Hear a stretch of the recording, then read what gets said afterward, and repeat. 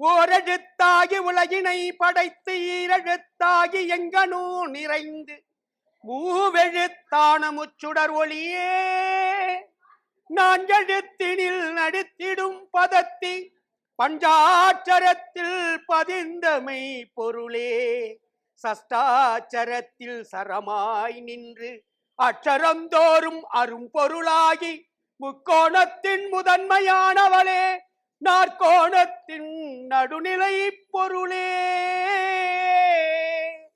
ஐங்கோணத்தில் அரூபியானவளே அருகோணத்தில் உருப்பலவானாய் எண்கோணத்தின் இலகுமை பொருளே எண்ணைந்து மூன்றின் இகபர ஒளியே விண்ணைந்து பூத வெளியே உமையே தத்துவ முடிவே சாருமானவளே கற்றுணர்ந்தவர் கைவிலக்கொளியே கல்லாதவர்க்கும் கருத்து சுடரே பக்தியற்றவளை பாராதவளே புத்தியற்றவரை பிளந்த கோடாரி சத்துமுத்தான சங்கரி கௌரி முக்தியின் முதலே முச்சுடர் ஒளியே சக்தி ஒன்றாகி சமயங்கள் வேறா.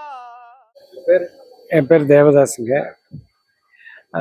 எனக்கு கோயம்பேடு ஆல்மோஸ்ட் எனக்கு 5-6 வயசுலேருந்தே தெரியும். ஆல்மோஸ்ட் 65 இயர்ஸ் எனக்கு தெரியும்.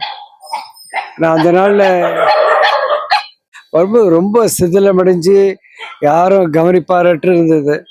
ஆனால் இன்னைக்கு அதை அருமையாக சீர்திருத்தம் பண்ணி எல்லாரும் நிறைய மக்கள் தரிசிக்கிற அளவுக்கு பண்ணியிருக்காங்க. அந்த காலத்தில் இது ராமாயண காலத்தில் லவகுசாவால் ராமருடைய மகன்கள் லவ குசா 2 பேரும் இங்கே சாமி வழிபட்டதா ஐதீகம். நான் ஒரு 6 மாசமா எப்படி இருக்குங்க போனால் ரொம்ப பாசிட்டிவாக இருக்குது. கோயில் ரொம்ப பழமையான கோயில். குருங்காலீஸ்வரர் ராமரோட பசங்க இங்கே வந்துட்டு போனதா சொல்கிறாங்க. ஸோ குசலவ புரீஸ்வரர் அப்படின்னு இந்த சாமிக்கு இன்னொரு பேர் இருக்கு. சிவன் கோயில் குசலவ புரீஸ்வரர் இந்த சாமிக்கு இன்னொரு பேருமே இருக்கு. ஸோ ரொம்ப பழமையான கோயில். ரொம்ப ஆயிரக்கணக்கான வருஷங்களுக்கு முன்னாடியே இந்த சிலை இங்கே இருந்ததா சொல்லப்படுறாங்க. ஆமாம், 1000 வருஷம் முன்னாடியே இந்த சிலை இங்கே இருக்கிறதா சொல்லப்படுறாங்க. ரொம்ப பவர்ஃபுல்லான கோயில். இங்கே வந்தீங்கனாலே உங்களுக்கு ஒரு நல்ல ஒரு மன நிம்மதி கிடைக்கும். நிச்சயம் இந்த கோயிலை பாருங்க, சாமியை பார்த்துருப்பாங்க. 1500 ஆண்டுகள் பழமையான கோயில். வடக்கு பார்த்த சுவாமியும் இல்லை, மடக்கு போன்ற லிங்கமும் இல்லை, குருங்காலீஸ்வரர் என்ற பேரும் இல்லை, கோயம்பேடு என்ற ஊரும் இல்லை. எல்லாமே இந்த சிவன் தான். ஒரு முதல் பிரதோஷரான கோயில் இதுதான். ஒரு பிரதோஷம் பார்த்தா 100 பிரதோஷம் பார்த்த பலன் கிடைக்கும். ஒரு சனி பிரதோஷம் பார்த்தா 1000 பிரதோஷம் பார்த்த பலன் கிடைக்கும். எல்லாமே இந்த சிவனுக்கு உள்ளதுதான். இந்த சரபேஸ்வரர் முக்கியமானது. 4 ராகால பூஜையில சரபேஸ்வரர் வழிபாடு மிக சிறப்பாக நடக்கும். அடியார்கள் எல்லாரும் வணங்கி சரபேஸ்வரர் அருளை பெற்றுக்கொள்ள வேண்டும் என்று கேட்டுக்கொள்கிறோம்.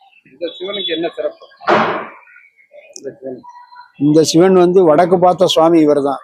வடக்கு நோக்கி இருக்கிற சிவன் வேற எங்கேயுமே கிடையாது.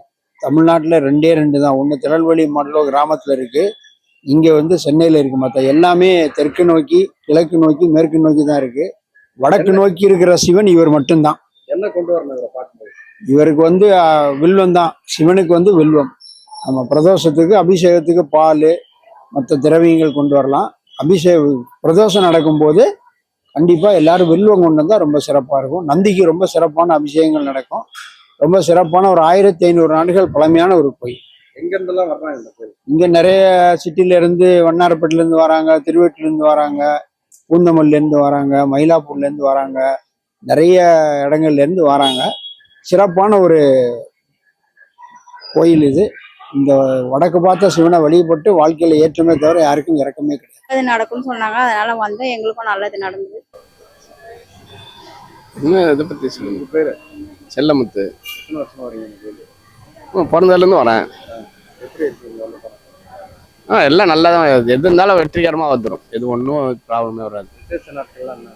விசேஷ நாட்கள்னா அமாவாசை, பௌர்ணமி, மற்ற அந்த மாதிரிலாம் ரொம்ப விசேஷமாக இருக்கும். மதுரை இங்கே சரபேஸ்வர பூஜைக்கு மட்டும் மதுரையிலேருந்துலாம் வராங்க.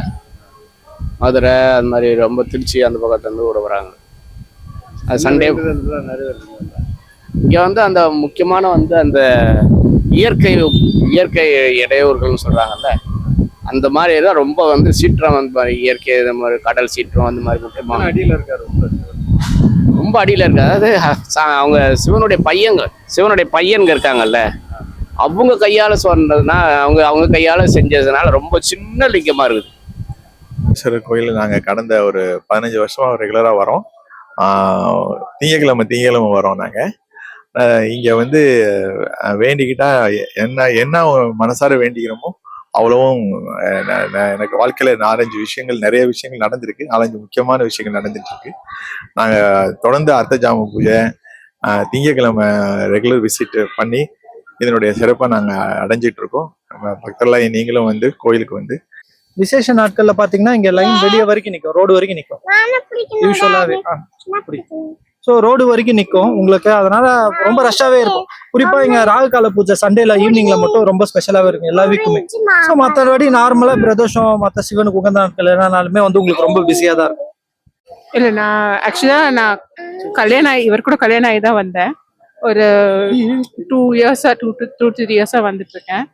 அதுவும் கொரோனா டைம்ன்றனால நான் ஊர்ல தான் இருந்தேன். பட் இங்க வந்தா நான் இங்க வந்தா கொஞ்சம் பீஸ்ஃபுல்லா இருக்கும். அவருக்கு வந்து ஏதாவது கரியர் சம்பந்தமாவோ இல்லை பர்சனல் ரீசன்ஸ்க்காகவோ வந்து அவர் வேணா அது வந்து அது நடக்கும்ன்ற மாதிரி அவர் சொல்லுவாரு. ஒரு நம்பிக்கை இருந்தா அவர் சொல்லுவாரு. சிவனா எனக்கு ரொம்ப பிடிக்கும். பட் வந்து 1 மாசம் ஆகுது சென்னைக்கு வந்து. நான் நினச்சினே இருப்பேன், போய் சாமிக்கு போய் பார்க்கணும்ப்பா நினச்சினே இருப்பேன். ஆனால் பார்க்க முடியாது. அவர் என்னைக்கு மனசு தோணுதோ, பக்தனா வந்து என்னை வந்து பாரு சொல்றாரோ அன்னைக்குதான் வந்து சிவபெருமானை நம்மளால பார்க்க முடியும். வந்து 1 மந்த் ஆகுது. திங்கம் வரணும்னு நினைப்பேன். ஆனா ஒரு நாளும் நினைச்சது இல்லை. அவர் பார்த்து சொல்ல மாட்டேன். கொஞ்சம் மன நிம்மதி கொஞ்சம். கோயம்பேடு திருக்கோயிலில் இந்த பக்கம் 3 படி கீழே போயிடுச்சு, அந்த பக்கம் 3 படி கீழே போயிடுச்சு. 4 பக்கமும் படி கீழே போயிட்டு தரமட்டமா சிவனுக்கு மேல நம்ம நிக்கிறா போல ஆயிடுச்சு இந்த ஊரு. ஆனா வரலாறை பத்தி இருக்கிறவங்களுக்கு தெரியாது நிறைய பேருக்கு. அதுக்கப்புறமா இந்த பக்கம் கோயில்ல இருந்து போனாக்கா சுரங்கப்பாதை மண்டபத்துக்கு பின்னாடி இருக்குது. அந்த கோயில் இருக்கிற சுரங்கப்பாதை, அந்த கோயிலுக்கு பின்னாடி நடந்து போயிடுறேன் நானு. ஏன்னா ஆமா, அதாவது 35 வருஷம், எனக்கு வந்து 50 வயசு ஆகுது. 5 வயசுல இங்கிருந்து நடந்து அங்க போவேன். அந்த கோயில் திருமண மண்டபத்துக்கு பேக் சைடு போவேன். ஆனா அதை மறைச்சிட்டாங்க. அங்க இருந்து 2 வழி போகுது. போனா ஒரு 10 அடி தான் போக முடியும், அதுக்கு மேல போக முடியாது. ஏன்னா அங்க பெரிய பாம்பு, நாகப்பாம்பு இருக்கும், வண்டு இருக்கும். ஆனா அதை பார்த்துட்டு வந்துருவோம். அது போறதுன்னா டெய்லி போறது கிடையாது. நாங்க கண்டிப்பா புதையல் இருக்குங்க, சுரங்கப்பாதை இருக்குதுன்னு சொல்றேன். ஆனா நம்பிக்கைன்னு ஆனா உண்மையாலுமே இருக்கு. இந்த மண்டபம் இருக்குமா, ஆனா போக முடியாதுமா அவ்வளவு சீக்கிரம். சுரங்கப்பாதையில போக முடியாது. ஏன் தெரியுமா? பாம்பு வண்டு இருக்கு. அதை சொல்லுவேன். ஏன் தெரியுமா? 10 அடி தான் போக முடியும்.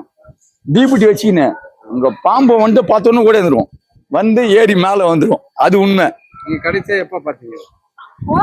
இப்போ 50 வயசு, 5 வயசுல பார்த்தேன். அதுக்கப்புறம் கோயில் நிர்வாகத்துக்கு இதை வந்து ஒப்படைச்சிட்டாங்க. கோயம்பேட்டில் இருக்கும் லிங்கம் வழக்கழுவு லிங்கம் தான். அதை வந்து பெருசா பிரம்மாண்டமா காட்டுவாங்க. யாரு வந்து பார்த்தாலும் சரி, லிங்கம் பார்க்கணும்னு சொன்னாக்கா வழக்கழுவு லிங்கம், அவ்வளவுதான், வேற ஒண்ணும் இல்லை, தெரிஞ்சது. ஆனா நான் 5 வயசு இருக்க சொல்ல பார்த்தது. இந்த கோயிலை கழுவி ஃபுல்லா தண்ணி கிண்ணி எடுத்து எல்லாம் பண்ணிட்டு ஃபுல்லா இருப்போம் நாங்க. ஒரு 5 பேரு. படி இருக்கு, நீங்க எந்த இடத்துல இருக்கு? தோபா படி, தோபா இதான்பா படி. இந்த இடத்துல இதுல 3 படி கீழே இருக்குப்பா. மூடிட்டாங்களா? அப்படியே 3 படி மூடிட்டாங்க. தரமட்டம் உள்ள சுரங்கப்பாதை. அங்க உள்ள அங்க சுரங்கப்பாதை இதுல இல்லப்பா சுரங்கப்பாதை. அங்க மூணுல இருக்கு சுரங்கப்பாதை. இதுல இருந்து மண்டபத்துக்கு போகுது. இதுல இருந்து அந்த மண்டபத்துக்கு போகுது. மண்டபத்துல இருந்து அண்ணாண்ட ஒரு வீடு, பெரிய கிணறு. அந்த கிணத்தாண்ட போயிட்டு பாத்தீங்கன்னு வச்சுங்களா, அந்த கிணத்தாண்டு போகுது. எல்லாம் வந்து வீடு எல்லாம் மறைச்சிட்டாங்க. அப்படியே வேற ஒண்ணும் இல்லை. இதுல வந்து 3 படி கீழே, அண்ணாண்ட 3 படி கீழே தர மட்டும் ஆயிடுச்சு. இப்போ எத்தாக்கா கல்லு வரும். அதுதான் தெரியல ஏன் பண்ணாங்கன்னு தெரியல. இந்த அளவுக்கு மூடி ஆயிட்டாங்க. ஆனா சாமி மட்டும் கீழே போயிடுச்சு. நம்ம சாமி மேல நிக்கிறோம் இப்போ பார்க்க போனாக்கா.